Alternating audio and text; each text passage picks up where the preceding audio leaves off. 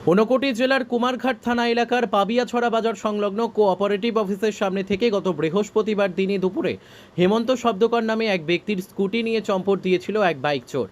সঙ্গে সঙ্গেই এই বিষয়ে কুমারঘাট থানায় লিখিত অভিযোগ দায়ের করেন স্কুটির মালিক। অভিযোগ হাতে পেয়ে ময়দানে নামে পুলিশ। কোঅপারেটিভ অফিসের সিসিটিভি ফুটেজ দেখে দুদিনের মাথায় ধলাই জেলার ছাউমনু থানার সহযোগিতায় ছাউমনু এলাকা থেকে স্কুটি সমেত চোরকে পাকড়াও করতে সক্ষম হয় কুমারঘাট থানার পুলিশ। ওসি শঙ্কর সাহা জানিয়েছেন, ধৃত স্কুটি চোরের নাম নিরঞ্জয় ত্রিপুরা। তার বাড়ি ছাউমনু খেতড়িছড়া এলাকায়। ধৃতকে গ্রেপ্তার করে আদালতে পাঠিয়েছে পুলিশ। এ বিষয়ে ধৃতকে জিজ্ঞাসাবাদ চালিয়ে আরও তথ্য জানার চেষ্টা করবে তদন্তকারী অফিসার। আইনি প্রক্রিয়া শেষে স্কুটি তুলে দেওয়া হবে মালিকের হাতে। এদিকে চুরি যাওয়া স্কুটি উদ্ধার করায় পুলিশকে ধন্যবাদ জানিয়েছেন স্কুটির মালিক। পুলিশের সামনে থেকে একটা স্কুটি চুরি হয়েছিল, হিরো ডেস্টিনি প্রাইম মডেলের স্কুটি, নতুন স্কুটি, রেজিস্ট্রেশন নাম্বার করেনি। মালিকের নাম হলো হেমন্ত শব্দকর, বাড়ি মাসাউলি। উনি স্কুটি রেখে কাজ করতে গিয়েছিলেন আর ভুলবশত স্কুটির চাবিটা স্কুটির মধ্যেই রেখে চলে গিয়েছিলেন। তো পরে কাজ সেরে ফিরে এসে দেখেন যে স্কুটিটা নাই, সেখান থেকে চুরি হয়ে গেছে। এবার উনি আমাদের এখানে আসেন, আমাদের এখানে একটা কমপ্লেন করেন, সেই অনুযায়ী আমরা একটা কেস রেজিস্টার করি।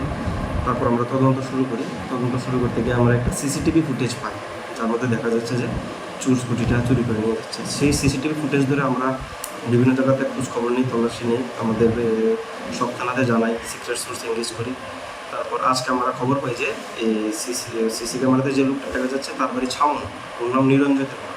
সেই খবর পেয়ে আমরা ছাউমনুতে যাই, ছাউমনু থানার সাহায্যে সেখানে আমরা রেড করি এবং সেই চোর, যার নাম নিরঞ্জয় ত্রিপুরা, ওকে আমরা অ্যারেস্ট করেছি। সেই সঙ্গে তার কাছ থেকে আমরা সেই চুরি স্কুটিটি উদ্ধার করেছি।